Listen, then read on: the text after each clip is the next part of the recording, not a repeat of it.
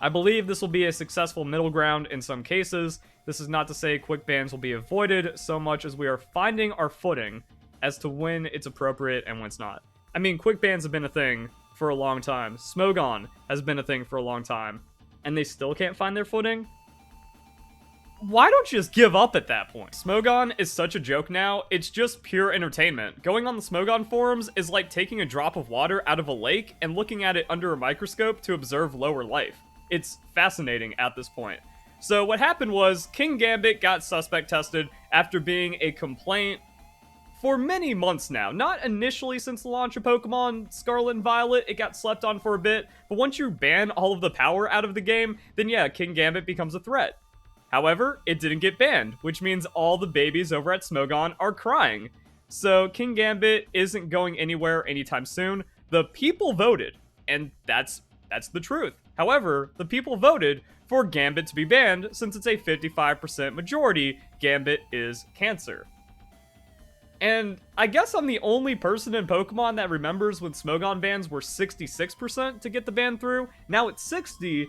And now, that's not good enough if it's a majority in any capacity needs to be banned because these babies aren't playing real Pokemon anymore. They don't know how to play the game. They just need everything removed and to be coddled to pretend they have any skill in the game. It's gotten that bad, and you can just see it. Non-stop complaints, and that is the only thing the forums have been since Kingambit was not banned. Dude, I want Gambit banned too, but let's not act as if Smogon's voting system was rigged for that one instance. Disagree with the do not ban voters all you like, but supermajority threshold was 100% not new, and plenty of other stuff got banned. These rules were always in place. I didn't say it needed to be changed or that it was rigged, I'm just stating the facts. Gambit was voted banned by 55%. That means most players dislike its presence in the tier, just echoing the sentiment. Also, wanting Terra ban, which goes back to some other stuff. Broken checks broken out of a long, just circular loop here. And then, hey, let's ban Terra to get rid of those problems. Even though Smogon never stops banning, and the only thing bans do is make the game less balanced. I don't hate OU. I hate that even with the council working faster and harder than ever before heading into DLC 2, we still have unsolved balance issues. And again, that's just proving me right. Verlisify always right for over a decade, and these kids still can't understand. They're suspecting, banning, and quick banning more than ever, and the only result is more people complaining that there's not enough bans. And I know that the council hates that fact just as much as I do, and I despise Kingambit. So don't hate OU, despise Kingambit, other things. We need to start using, I don't even know what that is, tiering instead of the traditional system, but faster. And this isn't a thread about bans and suspect tests, this is the metagame discussion post. You come here to talk about strategy about the meta, but because when a thing doesn't get banned, it just devolves into nonsense because Smogon players have no idea how to adapt or play real Pokemon at this point, and it only leads to more and more crying and wanting more and more bans. I come to this post from time to time to see what the Timmies think they're cooking, when it's like, oh man, I solved Smogon by running 5 Quick Claw, or 4 leftovers on a Garganasalt is how you get top 10 now. I just find it really funny to break down elementary school ban logic and team builds from Smogon, but like, this is just sad at this point. And again, it's the ultimate result of making an entire community's culture focused around banning things that they can't deal with and not encouraging any skill development or adaptation. These are some of the takes that we're getting. It's stupid that people voted do not ban to hold the meta hostage and demand a Terra suspect as ransom. Derangement. This is just like your average derangement of the Pokemon community. Gotta go back almost a week to find talks about strategy where Rabombi is taking over the Smogon metagame. How do I not repeat myself when I'm just saying this is like coddled children format of people that don't understand how Pokemon works? Rabombi Web's hyper offense is what the Smogon metagame has become because of all their bans and refusal to understand how Pokemon works. Which is also why Cinderace is considered S tier because of court change in singles. Because they want Golden Go banned since it removes the ability to remove hazards unless you have court change or tidy up. But people are complaining that Kingambit is the only thing keeping Golden Go in check, So if they ban Kingambit, then Golden Go becomes more of a problem, and if you ban Golden Go, then people are going to complain that there's too many bans too quickly. And that's why they're talking about keeping the meta hostage, and then everyone still wants Terra banned. Or not everyone, because it hasn't been banned yet through a suspect test, and that's something that the council said could not be quick banned because of how big of a decision it was. Cinderace would be in UU tier if Golden Go didn't exist, and it's S tier right now to stop Golden Go. Bro, their overemphasis on entry hazards is actually insane. And then I'm just kind of like going through the usage stats to see where things are. So it's Kingambit, Great Tusk, Iron Valiant. Then there's Golden Go, 23%. Now these are the DLC usage stats for September because we're in the middle of October. So who knows how bad it's going to get from there. Kingambit on 41% of teams. That's pretty wild. And we can see Cinderace creeping up. We can see some of these other things just kind of happening where it's like, yo, Cinderace 10th? 14%? I didn't know it was that strong. There's Rabombi, and also they're talking about wanting a Roaring Moon suspect. So, as though the nest wasn't already bad enough with Kingambit, Golden Go, and all of these other interactions that are happening, yeah, Roaring Moon now too powerful because of knockoff. Anyone playing real Pokemon knows, nah. And then to make sure I wasn't going crazy, I wanted to see the moveset for myself, and this is it. If you look up Cinderace Smogon moveset for Pokemon Scarlet and Violet, here's your offensive pivot, where you have Heavy Duty Boots, U-turn, Power Ball, Sucker Punch, Court Change. Also, the Court Change is wild to me because you're still running Heavy Duty Boots, and everyone's still doing entry hazards. So you have the Court Change there as an option into Golden Go if they have put more hazards onto you than you've put it onto them. It's like, well, I've got Spikes, Sticky Web, and Rocks on my side because I gave my opponent 5 free turns. But I was only able to get Rocks and a single layer of Spikes on the opponent, so I'm down with that being against me. What is this, dude? They're not. This is not Pokemon. How can anyone find any competitive value in the casual format that bans everything and detaches itself from how the game was made? Because now they're blaming Game Freak. It's like, well, it's not the council's fault Game Freak made the game so unbalanced. No, what they balance the game around, even for singles, because Game Freak clearly does balance for singles. The game is not only made for doubles VGC, and the Freedom Cup proved that you actually get a better format by just running Battle Stadium 6v6. So instead of acknowledging any of the problems they've created by banning everything and not having an item clause, it just, oh, this is Game Freak's fault, also we need to ban Terra because it was Game Freak's fault when we couldn't handle Dynamax because, again, we haven't played real Pokemon for over a decade at this point. And then we had to have Finch step in to talk about what's going on. Been a lot of discussion about the metagame lately. Many people have deemed the format to be less balanced than prior iterations. And like, that's kind of the crazy thing. Like, all these other Pokemon come in, a lot of new Pokemon, transfer, power creep from the DLC, but no unbanning of other Pokemon that would then kind of help out the metagame. Instead, it's only keep banning because Smogon could never admit any mistakes, despite it being a purely casual format. Some have taken exception to certain presences in the metagame. I want to reserve a post to discuss the council's response to this, as we do not take these concerns lightly whatsoever. Please note, this post is written from my perspective as tier leader specifically, represents the sentiments of the council. We have representation from the God Council. We're not worthy! So we firmly understand your concerns, and many of us inside the council agree with them too.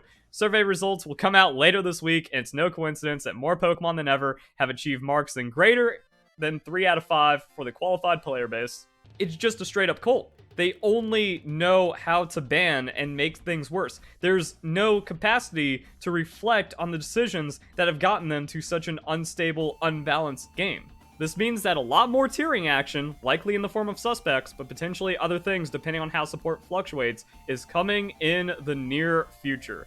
This is another thing I have been right about for many years and generations of Pokemon at this point, when they started the whole, like, quick ban thing, to where, oh, we don't trust you plebs to make the right decision for Smogon, so it's up to the council to save OU with the quick bans and the clearly objectively better decisions, and then everyone's still upset about everything, and then suspects aren't going their way, and now they're just kind of saying like, hey, We need a lot of tiering action to solve this problem. The fact of the matter is that these choppy metagame cycles are not always going to be perfect. DLC 1 was released in September, DLC 2 could be released as early as November, or as late as February, March.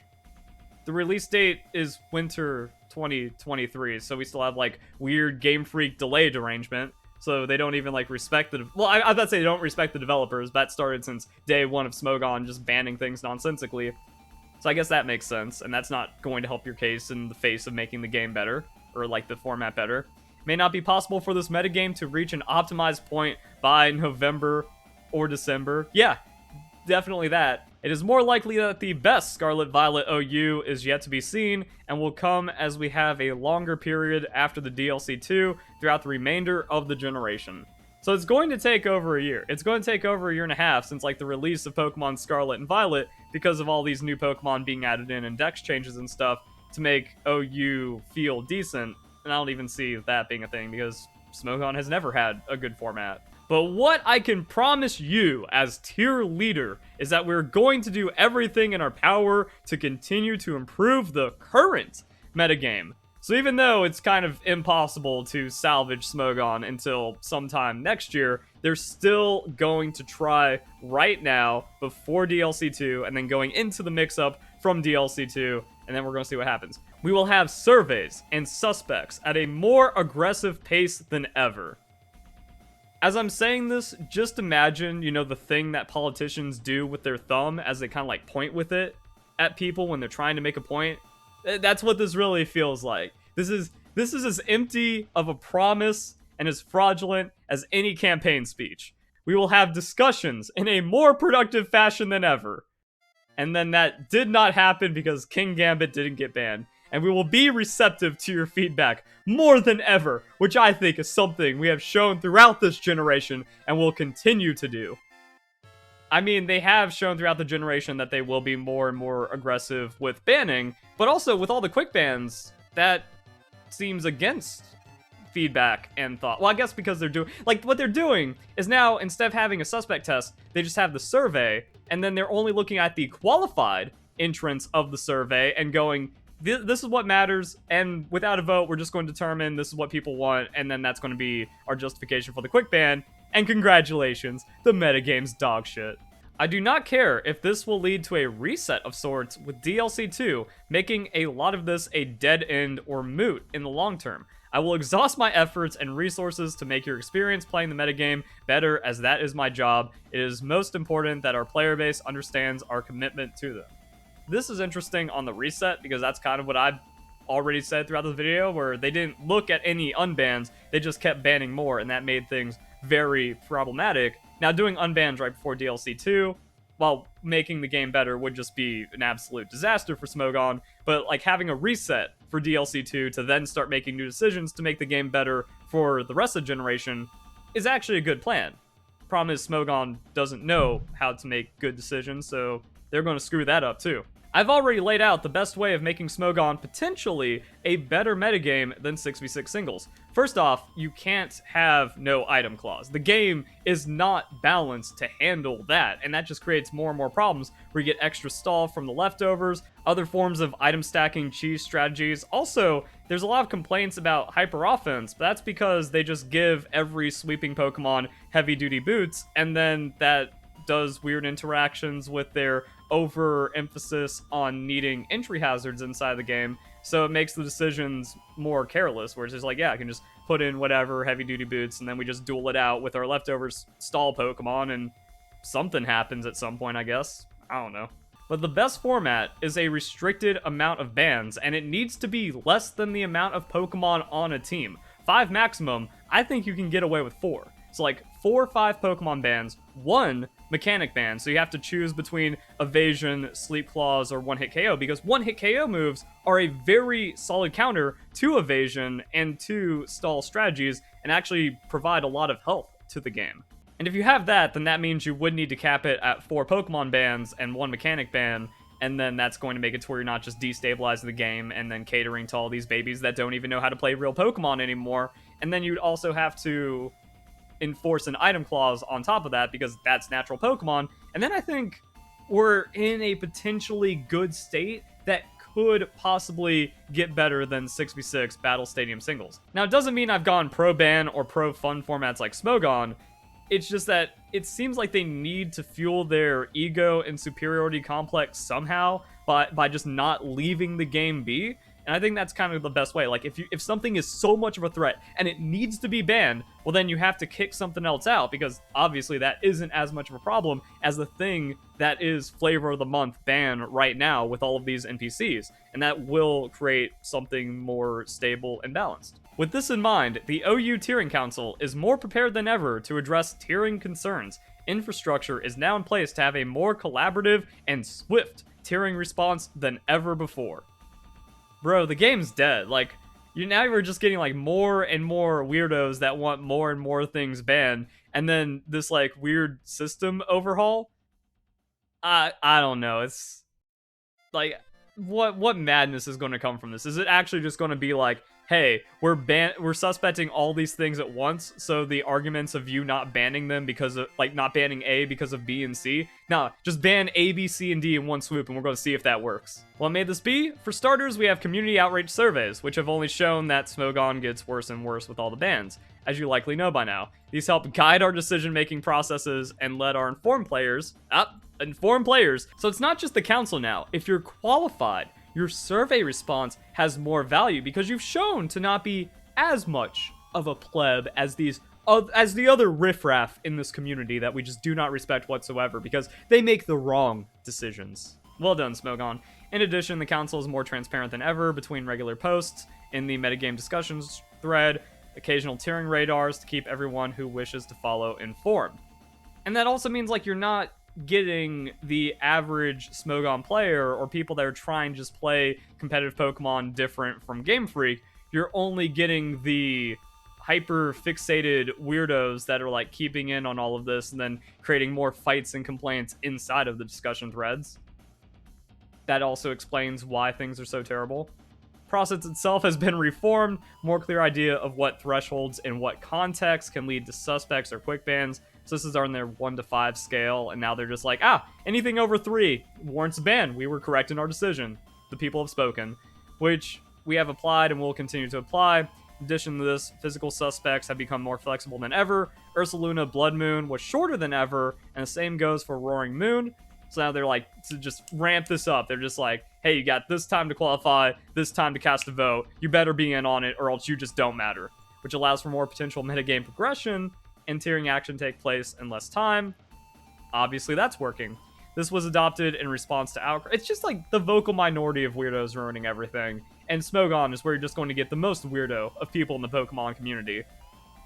So, yeah, but wait. While respecting the public's right to decide instead of employing overly aggressive quick bans, but you're not respecting the public. You're only respecting the people that are as aggressive and hyper dedicated to Smogon as people in like the council and just these elites, instead of the 99% of players that it's going to affect. I believe this will be a successful middle ground in some cases. This is not to say quick bans will be avoided so much as we are finding our footing as to when it's appropriate and when it's not.